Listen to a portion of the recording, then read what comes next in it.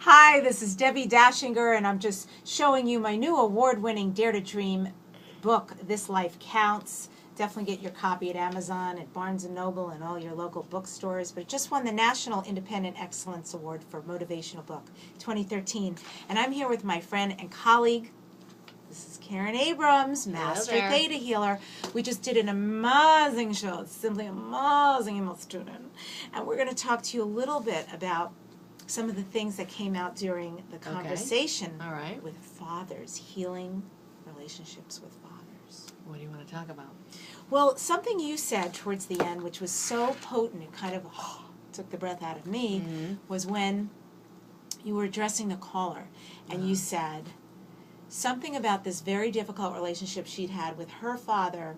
To understand the gift that came to her from that is that she can learn to occupy her own space, own her own gift, and stand on her own 2 feet.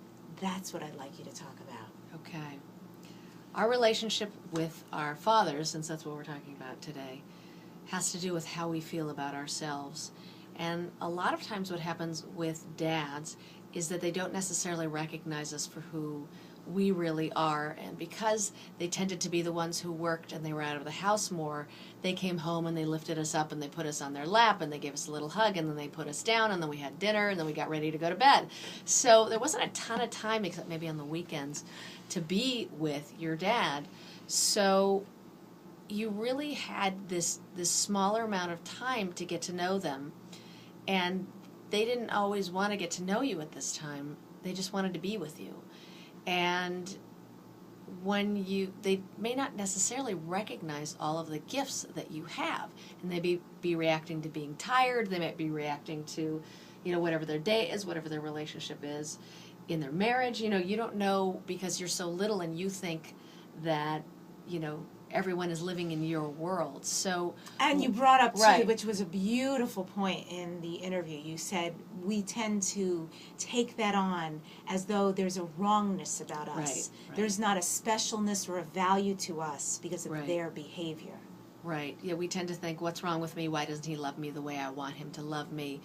And then that is projected out into the world.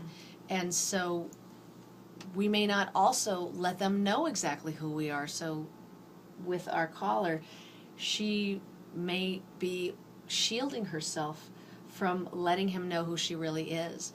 And so that changes the dynamic and makes it more protective for both of them, that more oppositional for both of them. So it's important, like what we talked about was, if you own who you are, if you own your gifts, if you stand in your own space, then they can't help but recognize who you are. And whether they accept it or they don't accept it, it's just easier to be yourself around them. And when you have that, you really come to a new place of acceptance within the relationship. And that's the most important thing. If you can get to acceptance with who they are and with who you are, that's when the real healing begins. Wow, and we all want a real healing. And that is so abundantly true what you just said. When we are who we are, it's so much less energy. That's true everywhere in life. And so the gift that those wounds often bring to us, I hear Karen saying, is that we learn.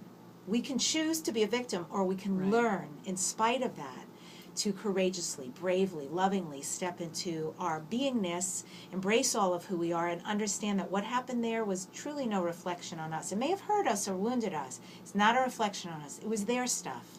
We are still special and valued and loved beyond measure. And I also want to tell you a couple of ways that you can find out more. She's the bomb. Do you not love her? Love her. Thank you. Go to my website, DeborahDachinger.com. We've got at least 3 interviews with her there, OMG, and you can get healings that way.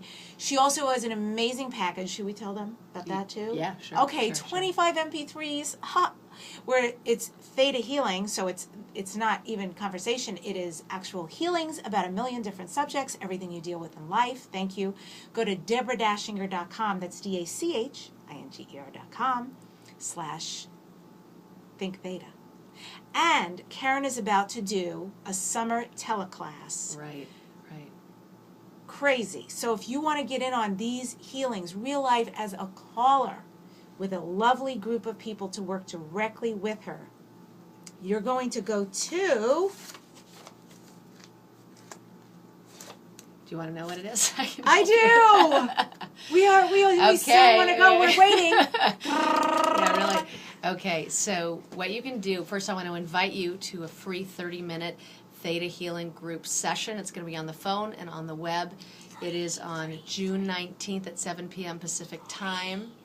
Go to thinktheta.com/summer healing circle. And on that call, you will also learn about the Summer Healing Circle, which is a monthly 75-minute group healing session that will happen in June, July, and August to help heal those issues that you want to heal so that when fall comes around, we hit the ground running. It's going to be absolutely amazing, and it's been years since I've ever offered something like this. Thank you very much. Yes, it's going to be great. She's offering you lots. So, free 30 minutes, go to the website, and it's the Summer Healing Circle. Right. Think Theta/Summer Healing Circle. So, bump. Okay. Bye. We love you. Thank you so much. See you and later. There's a lot that's offered to help you heal. Karen Abrams, Debbi Dachinger. Peace out. Bye.